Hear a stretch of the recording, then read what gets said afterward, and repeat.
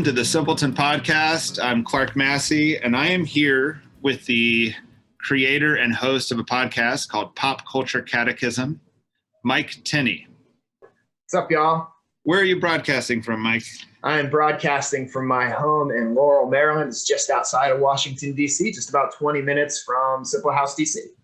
And what's kind of an interesting intersection between our two podcasts is that Mike is actually an early friend of Simple House, a witness of Simple House in the early days. We actually met before Simple House was even a thing, I think. Mm-hmm. And he's a longtime friend of Laura and Ryan out in D.C. I also did music at your wedding, if you remember. Yes. I also DJ'd your wedding in a hurricane. Right. Also a friend of my wife, longtime friend of my wife. All right. What is your early memories of Simple House? Are you surprised about how it's formed or what's happened with it?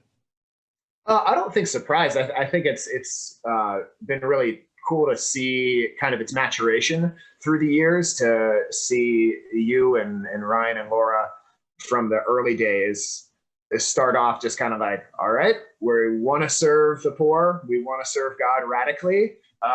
We're going to not do the standard normal pursue upper middle classdom. We're going to live in this house with this homeless woman in this kind of sketchy part of DC. And maybe we'll be sleeping on the floor. Maybe there will be rats. Maybe there will be shootings outside. And we're just going to go for it. And we're going to try our best. We're going to try to find the poorest, most in need people we can, and we're going to try to serve them. And we're just going to try to serve them spiritually and physically. And, it started off kind of very idealistic. And here we are 15, almost 20 years later. And you guys are married and have families. And Ryan and Laura ended up together, which is like weird. It doesn't seem weird now, but at the time it seemed weird. And just you guys have families, and you've had scores of volunteers go through, and some stay for years, some stay for just a little bit. You've expanded to Kansas City. Now you're starting this new ministry, Just Homes. It's just awesome to see the way that it's grown, and to see that you guys haven't lost kind of your youthful idealism. I think a lot of our friends from Catholic U, a lot of us did like volunteer years. Like I did a volunteer year with Cap Corps, and just it's awesome and inspiring to see that you guys have committed your life to it, and you're still doing it 15, 20 years later. So, yeah. I like that you use the word maturation, because like the ministry has grown just kind of like slowly and steadily. It's almost like the thing I'm most proud of is the perseverance of the ministry, or keeping it kind of on track, more than I'm proud of like, and we're taking over the world or something like this, or we're the hot thing now. Yeah. Yeah. One of my memories is that you were coming over to Simple House, getting together with Laura, probably Ryan, probably Audrey also. Yeah. And you guys were like beginning like dinner at about 10 o'clock at night and fueling up to get ready to start the party, basically. Yeah, because Adams Morgan was just like a few blocks away. Right. So sometimes we'd like park at T Street, and then we'd walk to Adams Morgan. And then U Street eventually started to become kind of like a cool area. So we just walked from T Street to U Street and hang out there. Right. And like in my world, I was thinking you come home from going out at 10 o'clock at night. You know what I mean? You guys were like literally eating in order to have enough energy to go out at 10 o'clock at night. And then while you were at our dining room table, you look down at the ground and you say, "Hello, friend." And there was a rat there gagging next to your foot. And I just lost it. I just was so mad at rats at that time in my life. That house had a huge rat problem. And anyway, this rat was dying of poisoning, I think. And so I had to throw him in a bucket and carry him outside. But the way you handled it, where you're just like eating a bite, "Hello, friend." I had completely forgotten about that until right now when you said it. And now I have this memory of you putting the rat in the bucket. And yeah. It was just like, you were very polite about it. Like really someone should have been so outraged that they were eating in our kitchen when that happened. And you were very nice about it. We had this problem that like we'd hired exterminators. I'd literally busted up, I don't want to say I did it, all the Simpleton missionaries had busted up the whole first floor and the exterior sidewalks and re-poured the concrete because somehow they were getting up into our house, right? So we literally poured concrete underneath, the floors and things.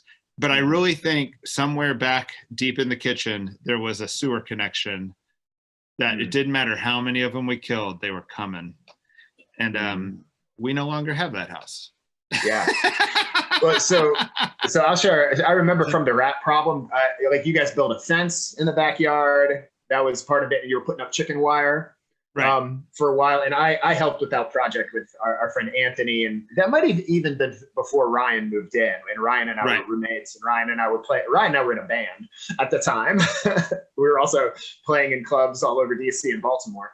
But one of the songs I wrote at the time, the word wire was like prominently in the song. And we ended up naming the song Chicken Wire just because the same day that like we were practicing the song, we were also putting chicken wire up like around the yard. And so that's like on the album as Chicken Wire.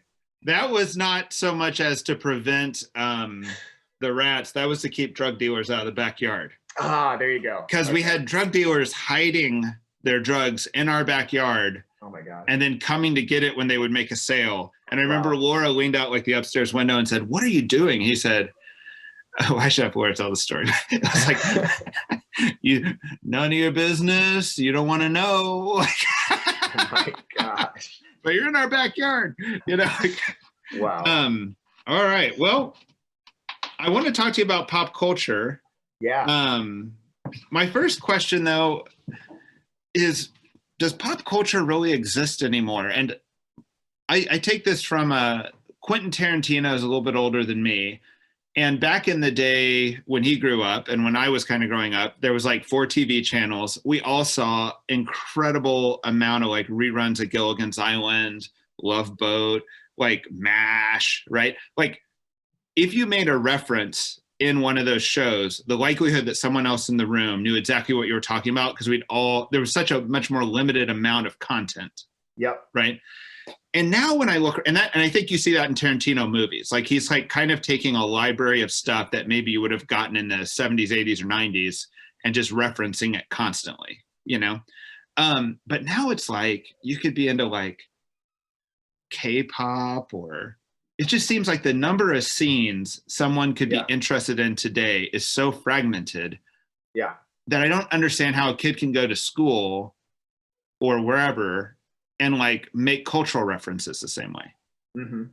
Yeah, so there's definitely like a million more niches, and that's been really good for small fish in the entertainment world, like singers, songwriters, YouTube creators, podcasters like me, because it's a lot easier to find your niche. Like I could never there probably wouldn't ever be like a TV show about talking about pop culture, music, and movies and how you find God in them like I do. But I can have a YouTube channel and a podcast that does pretty well and, reaches and provides a real service for a good number of people out there that never would have been like a main, on a main TV show, something like that. But there still is kind of this overarching pop culture. Like you think of the Marvel movies and how many people have watched all 25 of those and get all the references. And like there still are these things that kind of break through. Like a new show comes on Netflix and like Stranger Things, or there's a big new musical artist like Billie Eilish or Olivia Rodrigo or Taylor Swift. There are still kind of these things that break through and cut across. And because they're trending on YouTube and trending on TikTok and Twitter and Netflix, there are still these things that break through and have broad cultural appeal. But it also has opened up this whole new world for people who are into K-pop or Premier League soccer or things that you never would have seen, at least not in the United States. So to be pop culture, though, you do have to break through, right? It's not that all of these niches are pop culture. It's more like things that shape us as a nation or as, a whole culture are pop culture. I think it depends on how you define pop culture. I mean, within that community, within like the anime community, within the punk community, within the, within each of these communities, there are certain inside jokes. There are certain references that just they will get, but then there are these broader things that punch through to everyone. So there's kind of like the niche, the pop culture of that niche, and then there's the overarching kind of almost everybody gets. So a couple weeks ago, a group of seminarians came to Simple House, about a dozen, and a conversation started about how popular Taylor Swift is in seminaries. I don't think they're all in love with Taylor Swift. Yeah. But how are they finding God through Taylor Swift? Well, if you're really interested, our show has done 3 episodes on Taylor Swift. Really? So, okay. Yeah, we did one on Folklore, which was her album of the year last year that won the Grammy for album of the year. We did one on Evermore, which was her follow-up. And then just a few weeks ago, she re-released Red, which is probably her best album, with a bunch of new remixes and re-recordings. So we've done 3 episodes on that. So if you're a Taylor Swift stan, have I got a podcast for you? Yeah. What? So kind of, if I could summarize it, what I say is the best thing about Taylor Swift and like her deepest spiritual insight is she has a clinical understanding of the way that sin operates in the human soul. Like the way she understands temptation, the way she understands like betraying yourself and your integrity, the way she understands like the damage of sin and what it does to you, the way she understands like redemption and coming out and growing from that. Like it is so Christian, the way she's able to articulate that and the specificity of her lyrics and the way she tells the story. The one song specifically I'm thinking of from Folklore is called Illicit Affairs. And there's a line where it says, that's the thing about illicit affairs and clandestine meetings and stolen stares. They tell the truth one single time, but they lie and they lie and they lie a million little times. It's just that, sin hooks you with this like one little half truth, but then it breaks you a million little times. And just, she has a clinical understanding of sin. Well, this is far beyond anything I suspected. I actually yelled, "I love Katy Perry" when they told me that. And then all the missionaries at Simple House were so aghast because they thought I just supported such a horrible person. But I was like, my only reference was I saw Katy Perry at a Super Bowl halftime show, and it was actually really good. And I was like, she did a great show. Yeah. Yeah. We usually avoid the Super Bowl halftime shows now, so it's like I thought that was a great show. But well, all right. So that was interesting the way you tackled that. So do you have like a general, something that I associate with pop culture, which I'm way out of date on my pop culture, but like I associate it being kind of vague, where you can kind of like make what you want to out of it because it's shooting broad. Like if you want to think this person is talking about God, okay. If you want to think this person's anti-God, you could almost tease that out of the same lyrics sometimes because they're kind of like vaguely poetic. Am I right on that? And then the people who seem to be more consistent, like maybe like a Christian rock type thing, don't seem to have the same appeal. I don't know what to say about that. What are you saying? What are your thoughts? Yeah, so I think there is, Taylor Swift's most frequent collaborator is a guy named Jack Antonoff, who we also just did an episode on. But he always says that his approach to songwriting, which he got from Springsteen actually, is that when you sing the verse, you want to be country in the verse and gospel in the chorus.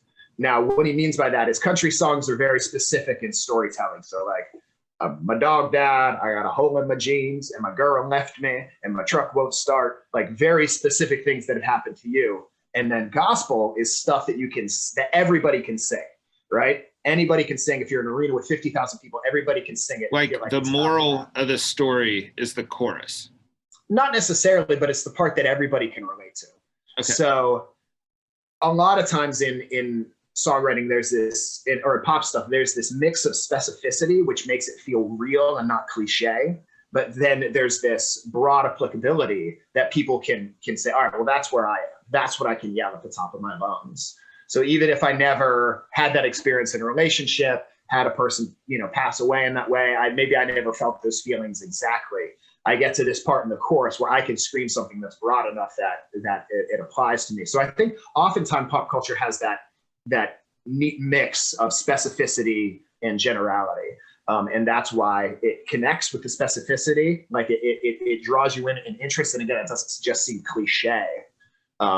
But then it has enough of that broad appeal to bring everybody in. So there's something universal happening where you don't have to agree with like the complete message of the singer, but you're kind of singing loudly that chorus that is the like universal relational part of this message? Or yes. So first of all, I misquoted Jack and Bruce. So it's not country in the verse, gospel in the chorus. It's blues in the verse, gospel in the chorus. So but it's the same principle. So I'm gonna take it somewhere else. We're gonna take a bit of a left turn here. How familiar are you with Tolkien's theories on fantasy and creation and subcreation? Not very familiar. Okay, so Tolkien wrote this essay called On Fairy Stories, and it's basically his defense of like fantasy and fiction and why it's not just acceptable for Christians to take in and create, but it's actually beneficial for the human soul. Is he says that what humans learn most from is story and history. Those are the things that humans learn the most from. And so even if it's not your story, even it's a made up history, even it's an alternate universe, a fantastical world, we still learn from it. And so Middle Earth, Narnia, Hogwarts, those are all things that we can learn from. They're alternate stories. And I think Chesterton has this quote, something like, we don't read stories about dragons to our children so that they think dragons are real. We read them stories about dragons so that they know dragons can be slain. And basically in learning from these stories and these fictions and these fantasies, you can say the same thing about songwriting. These stories that are not yours, you can sing these stories that are not yours, and you still learn from them, right? It teaches you empathy. It teaches you, what it would be like to go through something like that and learn from it. You can learn from Taylor Swift's mistakes, so you don't have to make those mistakes, right? You can learn from Bilbo's mistakes, so you don't have to make those mistakes. Or from their successes as well. So I think there's a real value to the story that's not yours and kind of internalizing it. Literature does the same thing. That's why reading is so powerful. So do you consider that there's some really bad stories told in pop culture? For sure. Yeah. And that's a part of our show too. Like we don't just look at like what's good. We also look at what's bad. Like for example, we did an episode on Linkin Park, which is one of my favorite bands. And they have such good stuff about like suffering and betrayal and like broken relationships. But a lot of their songs don't have much hope, right? They have some songs with hope, but it's definitely in the minority. And so we definitely make criticisms that. Our first episode was on the song WAP with Cardi B and Megan Thee Stallion, which we found very little redeeming in that. But there are some things that are true. Like Christopher West loves to say that the devil doesn't have his own clay, meaning like nothing is totally 100% evil because the devil can't create, right? Everything that is evil is a good thing that has been twisted. And so what we're trying to do on our show is, even if we come across something that's totally crumpled and twisted, a messed up view of the human person, a messed up view of relationships, we're trying to uncrumple that and see like what is the vision that this artist in their soul, even if they don't know it, is trying to get towards. So like in our ministry, we meet a lot of people who are I don't want to like say anything negative blanketly about hip hop, but there's certainly certain parts of hip hop that can be super negative, right? For sure. If you meet someone who's kind of like really interested in that part of pop culture, it seems to me that that's more like they might say, well, I sing this or I like sing along with these lyrics, but I don't do this in my personal life or something like that, right? Mm-hmm. What is your approach when you meet someone who's in that situation? So I think it takes a lot of self-knowledge and self-awareness to recognize like, hey, I'm listening to all these songs about sex. Is that affecting the way I treat people and look at people and look at myself? I'm listening to all these songs about violence and drugs. Or if you're listening to country music about drinking, or if you're listening to a lot of rock and emo and punk music, it's like self-loathing. Like each genre kind of has its tropes that sometimes can be unhealthy. And so I think it takes a lot of self-awareness to be like, when I'm listening to Linkin Park, does that put me in a dark place? If I'm listening to Slipknot, is that making me angry? And there's some songs I don't listen to because I know that they have that effect on me. And I also listen to a bunch of Christian music, and there is like super edifying, awesome hip hop out there. There's an artist, Toby Nwigwe right now, who's like best rapper in hip hop as far as I'm concerned right now. And he has like really uplifting, awesome lyrics. There's people like Kendrick Lamar, and then there's some people that go back and forth, like Kanye and Jay-Z to some extent. So there's artists that probably are almost never on that side, probably more like Lil Wayne or maybe Drake. I don't know. Drake does have a song called God's Plan. So I don't know. But I think what I'm trying to do is I think a lot of the Christian instinct, especially in evangelical America, is, get rid of it all. Get rid of it all. Say rock and roll is Satan's music. Hip hop is just about sex and drugs and gangbanging, and only listen to this narrowly defined Christian music. And I just don't think that's the Catholic worldview. I think the Catholic worldview is we look for God in all things. And yes, there are some things that we shouldn't listen to, but that takes prudence and discernment. It's not a one size fits all. You know what I mean? I have always wondered about the TV show Friends, mm-hmm. which is now probably classic TV. Yeah, and a bunch of young people still watch it because it's on Netflix. Like college students, high school students, they all still watch Friends. And what really, I really liked it, and then I became very perturbed by it. What I mean is, like, there's something in our culture where, like, I can go to a place that is really suffering and meet kids who, like, when we were working with Exodus, I remember this happened, that oftentimes when the young women who we would be doing ministry with would turn about 13 or 14, they disappear, because that's about when they become sexually active. That's about when, it was hard for them to want to come to a Bible study and say they agreed with what we were, saying. And almost all of them, even if we hadn't been there, knew sexual morality. Like they'd just been told, hey, you don't have sex until you're married and you do this, and this, right? And so if you asked them what was right and wrong, they kind of like knew it and they could say it. In my own life, I remember having the same message delivered to me, but then realizing that like everyone was lying. Mm-hmm. Like Santa Claus. Kind of, yes. Like it'd be like we're watching Friends, and in Friends, no one's observing sexual morality and everyone's enjoying it and saying, yeah, this is great. Well, at the same time, they're saying, hey, don't have sex until you're married on the side. Yeah. And there was like this inconsistency. And the two damaging things there were, one, there was this inconsistency. Like I realized they were lying. And the second damaging thing was it's always working out for the people in Friends. Like they're never showing any downside. Yeah, like Ross never got an STD. Nobody's having an abortion. Yeah. Or no one's depressed, or no one's like getting jaded about like that lifestyle. Even if you can take away all the other types of consequences, just the like hardening a heart that happens, right? Exactly. Yeah. And then I just thought, man, I think this TV show has done me more damage than watching like Freddy kill a bunch of people in a slasher film. You know what I mean? What are your thoughts on that? So when I was a Catholic high school teacher for 14 years, I taught Catholic high school theology. And one of the things in education is you're not just teaching content, you're not just teaching information, but you're teaching skills. You're not just teaching kids what they need to know, but you're teaching them how to learn. And because, the world they're going to live in, they need to be able to grow into that. And so the focus in education is really on skills. So something we talked about in our religion and theology department is, what are the faith skills? What are the skills of discipleship? What are the skills of being a missionary, apostle, Catholic Christian in the 21st century? And one of the key skills is being able to have a critical eye when you look at pop culture.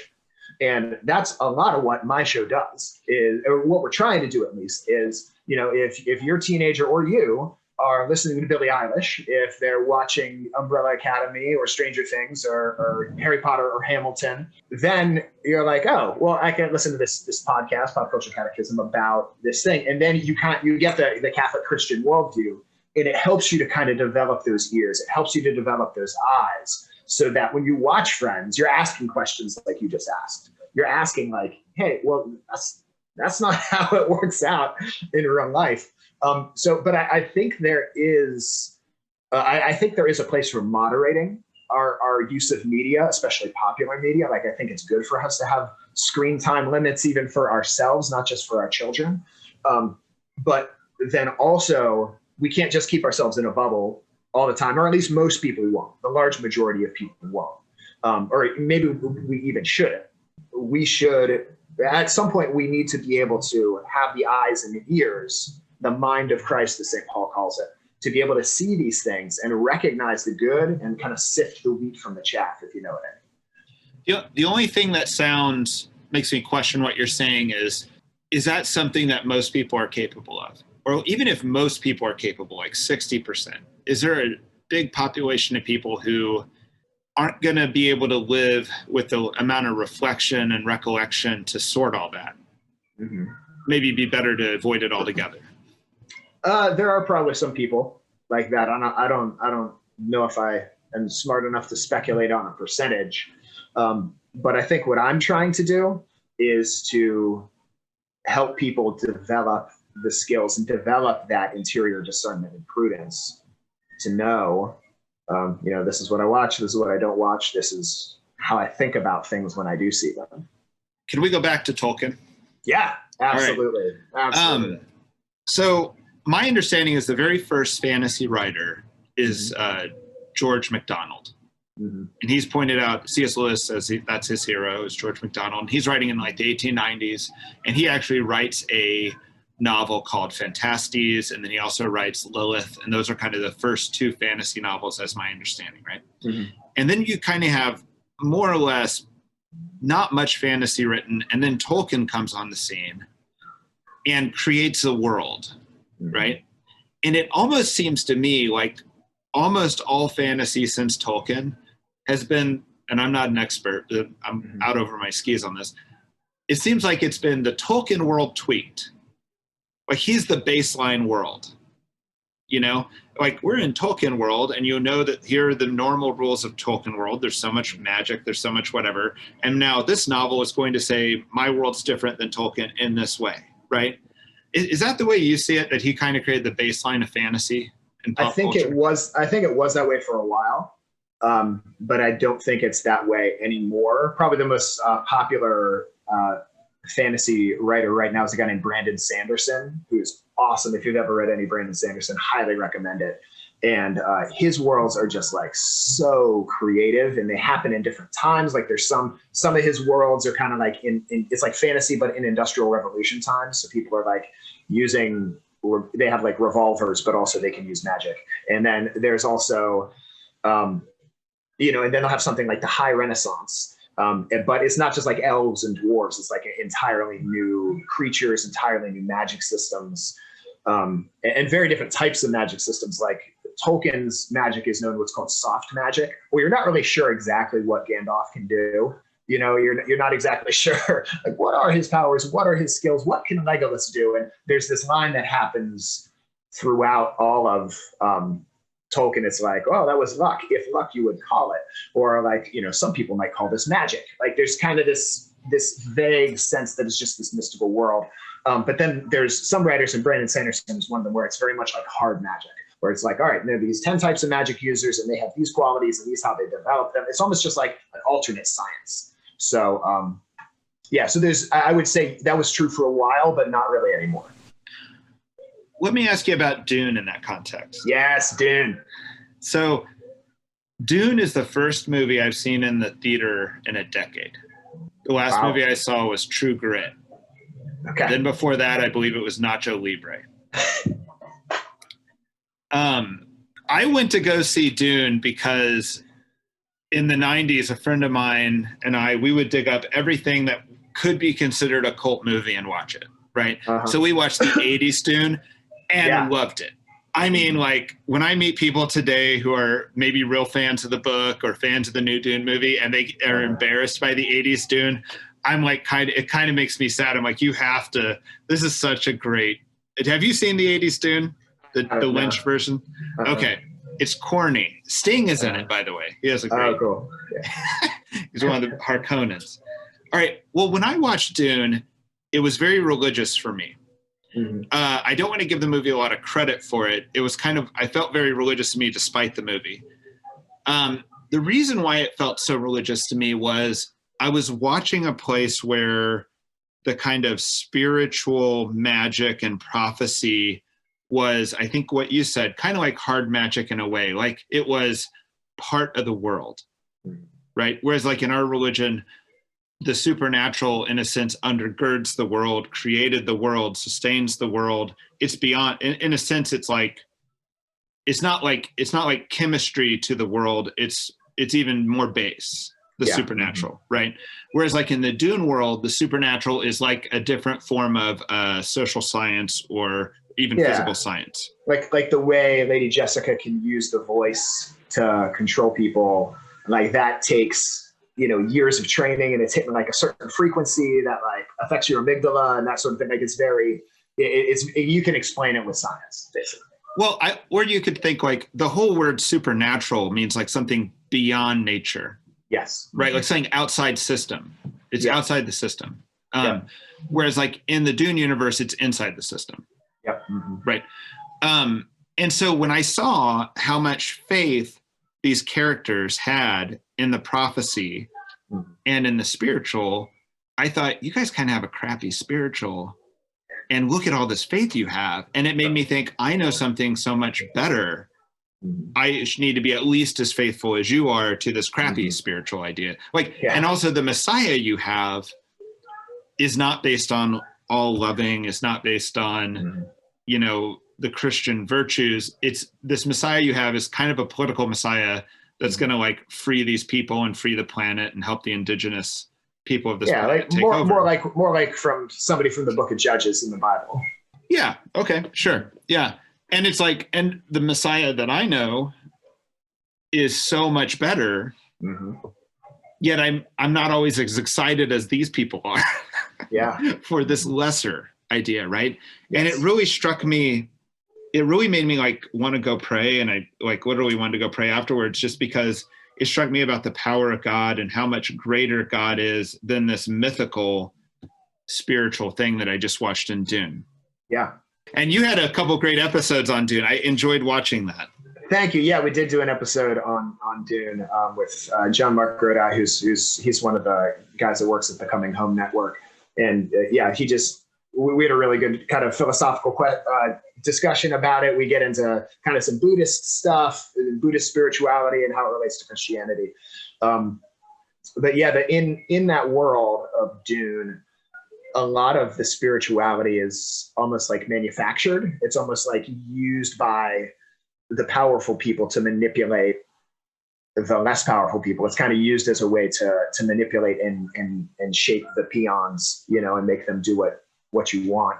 And so there is like great devotion and great spirituality, but then there's also this almost kind of this smug perspective by some of the characters that, this is just kind of a weird quirk of human nature, this religious impulse that we can tweak and we can manipulate to like establish our power. So yeah, there was a sense in which they thought by doing some type of spiritual work, they could bring about the Messiah or hurry it up or somehow instigate it, right? And you almost wonder if that was even true at the time of Christ, that part of the reason why Christ was rejected was because he was so much an outsider. And he wasn't the military Messiah who was going to come and kick out the Romans, right? True. I also think he wasn't the high priest. Like he is the high priest in the sense of like we call Christ the high priest. But like one of the thoughts I've had is like, if you look at Jeremiah in the Old Testament, like he is a true outsider, and his life sucks. And a whole lot of his prophecy is complaining about how bad it sucks to be in touch with God and to be outside the system. Yeah. And when the system is healthy, like the system always needs the outsider. Yeah. Right. As a corrective force. Yes. Right. When the system's healthy, the outsider's kind of irrelevant or isn't that powerful. But when the system is really sick, the outsider is the guy we remember, Jeremiah. Yeah. We don't remember any of the other people who were alive that day except Jeremiah, And what's interesting is when Christ comes, he does not come as the high priest. Like he literally just could have been born and had the high priestly year and then been the Messiah. Instead he becomes a Jeremiah witness that's correcting, in a sense, the temple and the church. Yeah. I think that's kind of interesting, but that is really interesting. I kind of view that today, even modern politics, that like when the like non-mainstream starts being right too often, you know that something's sick in the system. Yep. Mm-hmm. You want your like, what do you call it when you have a theory that it's not a cult theory, a conspiracy theory. You want conspiracy theories to be crazy because that means you live in a healthy society. When conspiracy theories start sounding like, oh, that might be right, you have a problem in your society. Yeah. Well, and I think we as Americans, but just because we've grown up with the historical narrative of kick out the King of England, right? Like we're the rebels, like the rebels are the good guys in Star Wars. Like that's kind of how we think about ourselves. Is we love when we get to buck the system. We kind of take pride in being, you know, one man against the world, one desire. I'm going to go and, you know, one man had the courage to stand up to the system, you know, and he was Sylvester Stallone, you know, so that's like our view of manliness, our view of being a hero. And so I think sometimes that can be unhealthy for us as Americans. Maybe we buy into that a little too much. Well, so just yesterday, it was announced that Sylvester Stallone has signed on to make a new TV series with Paramount. And it's by the creators of the Yellowstone series. Oh, cool. And it's going to be a mob series where Sylvester Stallone is a retired New York City gangster retiring to Kansas City, is the premise. But it's made me wonder, like, what's up with all these mob movies in the Midwest? Like, we got Ozark has been extremely popular. You know, now Yellowstone's popular, and they're even commissioning this new one. The Midwest is the new organized crime area of the country, apparently. Interesting. Was Breaking Bad set in the Midwest? I didn't watch it. I thought it was like Arizona or New Mexico or something. Yeah. Still, you know, not the coast, but yeah. Well, I also wanted to talk about something where you and I have known each other over the last 20 years, and I feel like the church has changed a lot in the last 20 years. Mm-hmm. And the words for it are kind of funny. Like, you don't want to like put the church on the same political spectrum as like Republicans and Democrats, but sometimes it's called liberals and conservatives or traditionalists and progressives or whatever in the church. Like, I feel like when we were first getting to know each other, the word social justice was only a word you would hear within the Catholic Church. Would you agree that? Yeah. Right. It was very much a Catholic word, right? Yeah. And it was something that a progressive Catholic would, and progressive Catholic didn't necessarily mean the same thing as a progressive today in 2021, right? How would you define like a progressive Catholic, like when we were meeting each other in the early 2000s? I would probably say, and they probably called themselves more liberal. I think that was more the word than progressive back then.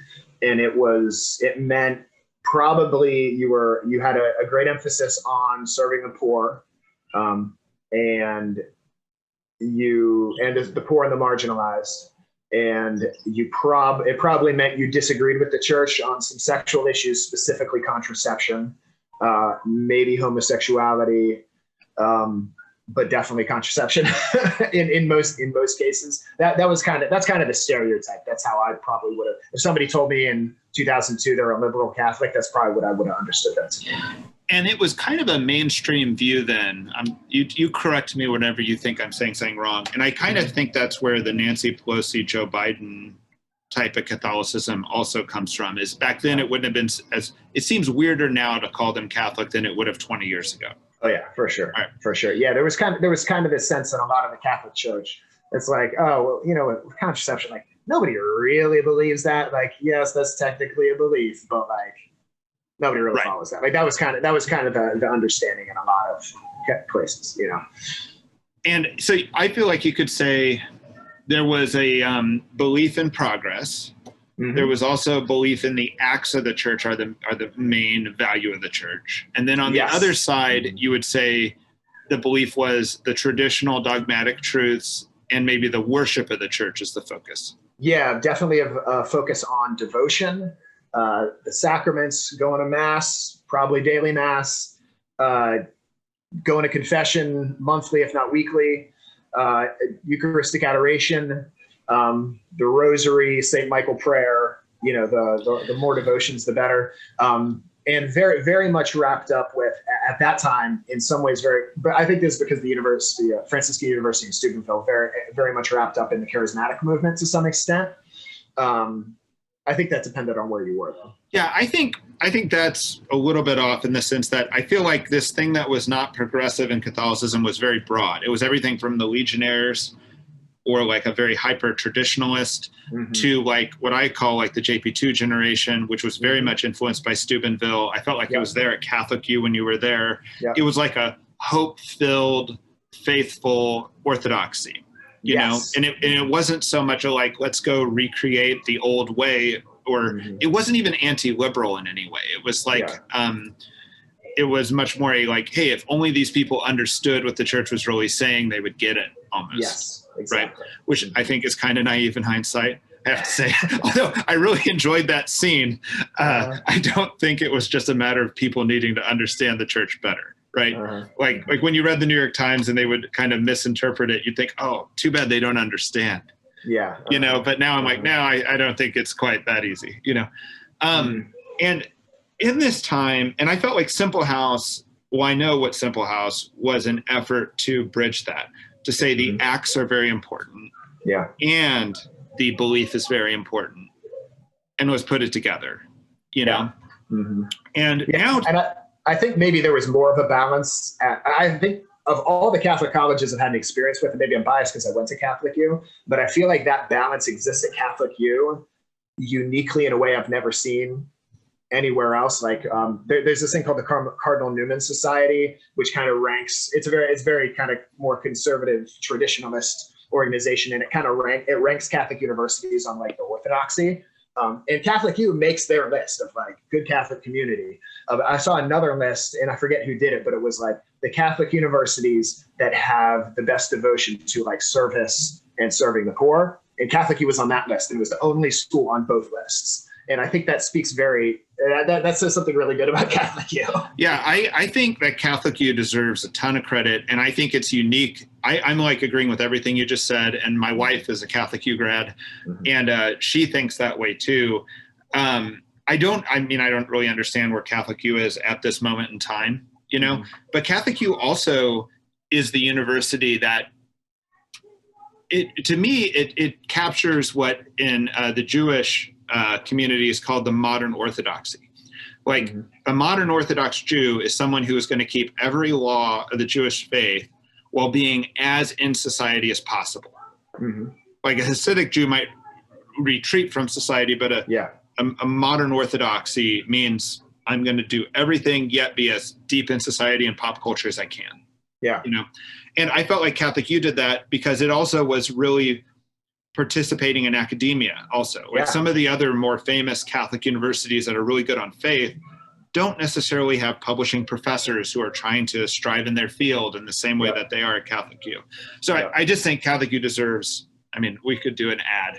Too bad it's happening at the very end of the podcast. But now today, you know, 20 years later, what would have been called the liberal Catholics, I think, has greatly diminished, you know? And I think maybe it had to do with when you believe your church is changeable and when you believe that God is kind of more suiting your preference of who you want, going to say what you want him to say, as opposed to dealing with what he said. I don't know that there's a lot of perseverance or it's easier to lose your faith, I think, in that situation. I don't know I don't know how to exactly to explain why I think the liberal end of the church seems to have shrunk, and this big tent of Orthodox people on the other side that included the Legionnaires and all these different types of being Orthodox has become stronger and even become tilted towards what you might call the traditionalists. You know, people who are all about bringing in more traditional liturgy, if not a full-blown Latin Mass, and maybe are not so much the modern, are losing the hope and faith of the JP2 generation. Yeah, it's almost like there's more and more criticism of even John Paul II. Like, he did too much ecumenism and he talked too much about economic justice, and you know, he maybe apologized too much to Jews and that sort of thing. You know, I've often thought it's kind of just an anti-liberalism, like you'll see other views that are in there, and it's like, what's the connecting thread here? And it's like, you're just kind of sick of liberalism, seems to be the thread here, Exactly. What's interesting is, like, 20 years ago, I was getting kicked out of dialogues for being too conservative. Like, I would be invited to go speak at a social justice type event, and then they'd realize what I wanted to portray, and I just wasn't that welcome anymore, Yeah. And now I feel like I'm almost too liberal. Yeah, I've had the same experience, and I think part of it is just like the polarization in our country due to social media algorithms, where everybody's in their own echo chamber, and so we move further and further to extremes. But I, in the same day, in different discussions, have been called a libtard and like white supremacist. In the same day, like one conversation, I was like advocating for something about like anti-racism, and another conversation I was talking about being pro-life, and people just like they want to paint you as the most evil extreme version. Meanwhile, again, because I'm of the JP2 generation, I'm like, consistent ethic of human life, people. So I think that only that super extremism is an online feature. Mm-hmm. But what you feel in real life, even when you associate with people, is a sense of suspicion, or you're not on our team. Yep. They're not going to call you a white supremacist, or they're not going to call you a libtard, but they're just like, oh, I'm not comfortable that you're, going to speak the truth in the way I want to hear it. Yeah, I was just at the National Catholic Youth Conference in Indiana. It's like the biggest youth conference that's run in America for Catholics. And after there was this huge mass. It's in the Colts Stadium, Luke Soil Stadium. It's like 12,000 people, and the mass had like praise and worship music with a full band, but it also had Latin chant, and they had the Scola singing the propers, and they had incense. And I thought it was the whole stage is the San Damiano cross. It's in the shape of the San Damiano cross. I thought it was a beautiful liturgy. It captured like some of the beauty of the tradition, some of the great charismatic spirituality. I just thought it was done so well. There's all these bishops and priests there, and afterwards I'm at the bar having dinner with a bunch of the other speakers and presenters and exhibit people there. And I just said something. Somebody said something about the mass. I was like, yeah, I love that liturgy. I love the mix of the chant and the praise. I loved all of it, and it just kind of got like real quiet. And then they just kind of moved on to the conversation. And I was like, oh, I stepped on a frog. Something happened here. So. Right. Yeah, it's kind of dangerous. I think you're right in that, I do notice a difference in like the youth though. Like when I think of the Simple House missionaries that came in our early days, it was JP2 Generation. But there was also some naivety in the JP2 generation. Like, I think we thought, I've probably said this on the podcast before, but we thought that like, hey, you get a bunch of people who are praying, who are loving God, who are trying to be faithful, and we all sit around the table, we will unanimously agree on what we should be doing. Yeah. You know what I mean? And I think there was a suspicion in us against hierarchy. That we didn't want things to be top down so much. We loved the bishop. We didn't have a hierarchy problem like that. But like in our own organization, we thought the holiest way to be would be completely consensus driven, Knights of the Round Table type stuff. Right. And as years go by, you start getting in these like really painful, like struggle sessions in the Knights of the Round Table. And you start realizing we got to make some decisions here. We need a little bit of hierarchy. We need to sort these things out. But now when I have new missionaries coming in, they have none of that preconceived notion. They like want it to be more hierarchical than it is. They'll come to me and say, Clark, I want you to make these new rules. And I'll be like, no, we've existed this long without those rules. It's fine. I refuse to make any rule that is not absolutely necessary. Wow. And I also refuse to get into your personal life too far, right? Like they'll almost invite you to want to over direct. Yeah. You know what I mean? Yeah. I think some of that is something, being a high school teacher, that's something that has been observed in, Gen Z and millennials is there's just kind of a very different parent-child relationship. And so like college professors complain that like, in college, a student like wants me to change their grade. They're having their parent call me to change their grade. Like there's just, and some people say it's just like they're maturing later, or they're, we're not teaching our kids to grow up, but it's a little bit of a helicopter parent thing. And so I think on average, Gen Z and later millennials, they just kind of are, I don't know, looking there's not this Gen X, F you, mom and dad, I'm going to go smoke pot in the bathroom sort of attitude. It's like people are friends with their parents, and they want that. They want to be able to tell their mom about their boyfriend and that sort of thing. So I think there's some of that too. I feel like you almost made it sound too good. Like, I have in the last 4 or 5 years had to talk to parents who are alarmed their child is coming to Simple House. Mm-hmm. And sometimes they're alarmed because what we do sounds crazy and dangerous. Mm-hmm. And I actually think you're probably a decent parent if you think that. And I don't have a problem talking to you. But yeah. Another time they call, it's because they think their kid's throwing away their future by coming to Simple House, and they're using crazy dangerous as an excuse to justify trying to get their kid out of a volunteer year, or a missionary year or something like this, right? And then I just feel like we're having a fake conversation. I'm assuring them that no one's died yet at Simple House, which is weird because yesterday or a couple of days ago, we figured out that there's been about 140 plus missionary years at Simple House, meaning someone came and served a year, right? Awesome. Probably 150. So if at this point one of our missionaries gets killed, that means we have a less than 1% death rate per missionary year. Mm-hmm. You have to worry about these stats, Mike. I mean, that sounds weird. But it was something that early on in the ministry, I knew that if a horrible crime happened at Simple House, it would be over. Yeah. Mm-hmm. We couldn't, the experiment would be done. Yeah. And praise God that it hasn't, and I hope it never does. But it is, but to act like there's no risk is also false. Yeah. So, all right. Well, Mike, I want to hear about, you have a ministry besides your podcast. Yeah. Tell us about that. Yeah. So a few years ago, once I was no longer playing with my band that I was in with Ryan and a few of our other friends, I still wanted to do music. So I was doing music at my church. And I just started getting asked more and more by different Catholic schools, different Catholic parishes to go do music, to come and give a talk.